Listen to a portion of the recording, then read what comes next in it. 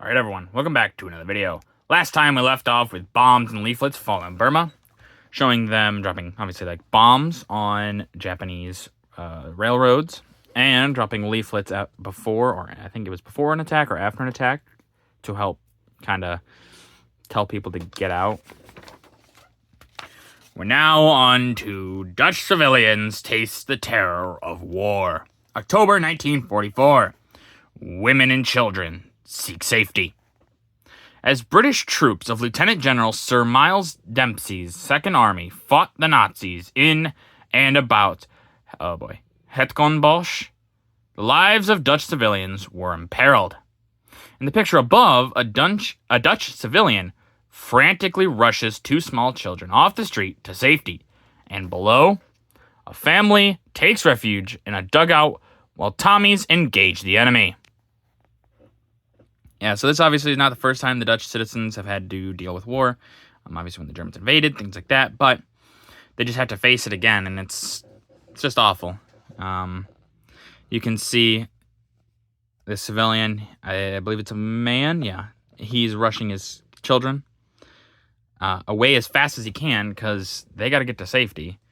And here, they're like they said, they're hiding in a dugout, protected by the Tommies, and if they got caught, they could get in a lot of trouble, more than likely. Carrier planes lash at Okinawa.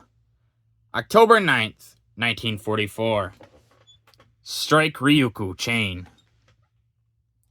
Planes from the fast carriers of Admiral Nimitz Pacific Fleet hit targets in the industrial area of Naha City on Okinawa Island, in the Ryukyu chain south of Japan. These vast plumes of smoke stem from stricken ships and warehouses. At least 4 ships have been fired.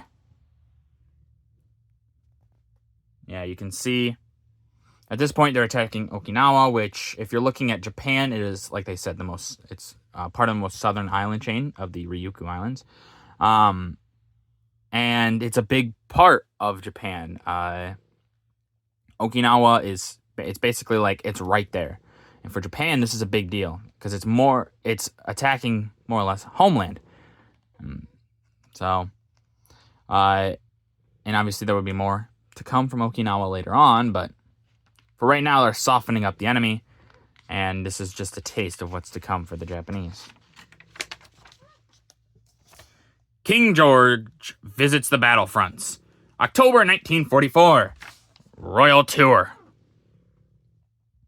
In October, Britain's King George flew across the Channel to make a 5-day tour of the battlefields of France, Belgium, and Holland, and visited the Allied forces in the front line. In the course of this tour, he motored more than 200 miles in a single day, in order to confer the KBC on Lieutenant General Omar Bradley, commander of the 12th Army Group. The king traveled about, usually in a jeep, and slept each night in an army caravan, as the guest of Field Marshal Montgomery. He received a warm welcome not only from the fighting men, but also from crowds of civilians in the liberated towns and villages throughout which he passed. This picture shows King George, to the left, right there, enjoying a joke with General Dwight D. Eisenhower, right here, while General Bradley, right there, and General Courtney Hodges stand by, and that's obviously Courtney Hodges. Yeah, one of the greatest things that the royal family did for this war is they actually participated, not necessarily in the fighting as much. I think there was some, I believe King Charles, or well, I guess not King Charles, but Prince Philip, the Queen Elizabeth's former husband, may he rest in peace. He also participated somewhat in this war. I believe he was a minor general. Someone would have to correct me on that. But he kind of fought, and Queen Elizabeth, but she was Princess Elizabeth at this point, also, I believe, drove trucks, was a kind of a mechanic, And so she helped with this. And the good thing that the king did is he went out and saw the men. That's a big deal, It's your king. And so for a lot of the Commonwealth forces, that's their king. That's who is in charge of their government, really. And it's a big motivator to see your king, someone who's, your leader, someone you never would expect, to be out on the front greeting you and saying, you're doing a good job. It's a very good motivator. Belgrade is liberated. October 1944. Two-way travel. The National Liberation Army of Yugoslavia triumphantly enters Belgrade, capital of Yugoslavia, which it helped liberate with the Soviet forces in October. In the picture below, German war gear litters a road over which the Nazis hastily fled from the city. Yugoslavian peasant women walk along the battle-scarred highway, and a man searches the rubble for valuables. Yeah, this is a part of the war this book has talked... Not this book specifically, but the previous ones have talked about somewhat, but it is a big deal. The Yugoslavians, they fight back, and they fight back hard, and this is a big deal. They've taken back Belgrade. Obviously, it is with the help of the Soviets, but, obviously, no one can just win by them. It's not just a winning by yourself kind of thing. It's a team effort. But for them, this is big. This is really big. Obviously, Yugoslavia doesn't exist today. If you know why, you know why. But this is a big deal for them. It's a big deal for a lot because it shows nations are throwing off the shackles of the Nazis. And yeah, you're gonna have people, obviously, with all this war gear lying around. Like they said, that one man's looking for some valuable stuff, and yeah, obviously, there's gonna be, who knows what's in this war equipment. There could be some things that the Nazis left behind that are pretty much like almost invaluable for someone of a peasantry. So that's probably why these women are here as well. Air and Sea Forces liberate Athens. October 14th, 1944. Greek capital is freed. British troops occupied Greece against only light resistance, most of the German forces being withdrawn to prevent being cut off by the Russians and the Yugoslavian partisans. British paratroopers dropped near Athens, right, that's what this is showing here, from C-47s of the United States 12th Air Force Troop Carrier Command, and naval forces moved into the great Athens port of Pyrrhus. The British were aided by Greek patriots who forgot factional differences long enough to oust Nazi tyrants. But for the most part, the Germans fled without a fight. They're trying to show that the Greeks, while they might have some division, at this point they're united. They're going to throw off the Nazis. So they help the British and things like that. The Air Force, paratroopers, doing a good job. And I think one of the greatest things for our modern world, and really for the world at large, is that they did take Athens without much of a fight. There's so much history here.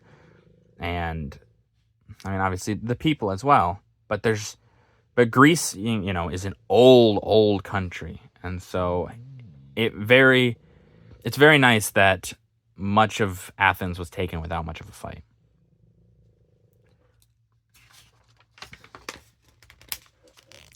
Athens celebrates its freedom. October 15th, 1944. The Nazis are gone. After 3.5 years under the Nazi yoke, citizens of Athens celebrated their liberation with a victory parade, in which they carried British and American flags. However, the Nazi tyranny had left many cruel dislocations, and the undernourished had to be fed at soup kitchens such as the one below, where a long queue waits for ration of uncooked dried beans and soup powder. Yeah, obviously the Nazis didn't necessarily treat people that they captured very nicely, but the Greek people are happy, at least. Or at least the Athens people are happy. They are free from the Nazi yoke, and they can finally... They actually might help in this war again. The Greeks never really gave up fighting. There was, I believe there was, underground forces fighting always, obviously, with many of the other countries. And so for them, this is a big deal.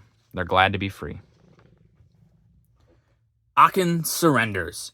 October 20th, 1944. Falls to the Yanks.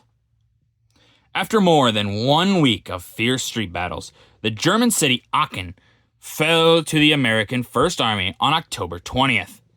10 days earlier, the Americans had presented a surrender or die ultimatum to the German garrison. But as no reply was received, the attack on the city was resumed.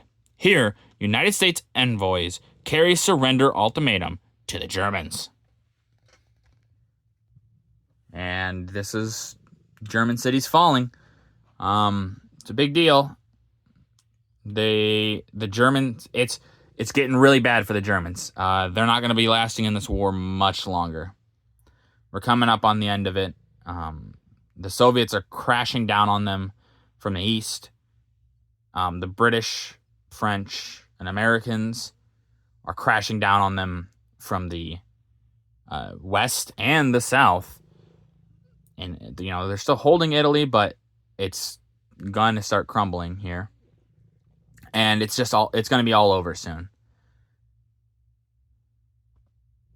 It would have been better, actually, for them if they would have surrendered. While it would have hurt their honor, sometimes honor isn't everything. But with that, that's going to do it for this video. If you guys liked the video, leave a like. If you didn't, leave a comment. Tell me what I could improve on. I always appreciate your feedback. And as always, subscribe. It really does help out the channel. Thank you.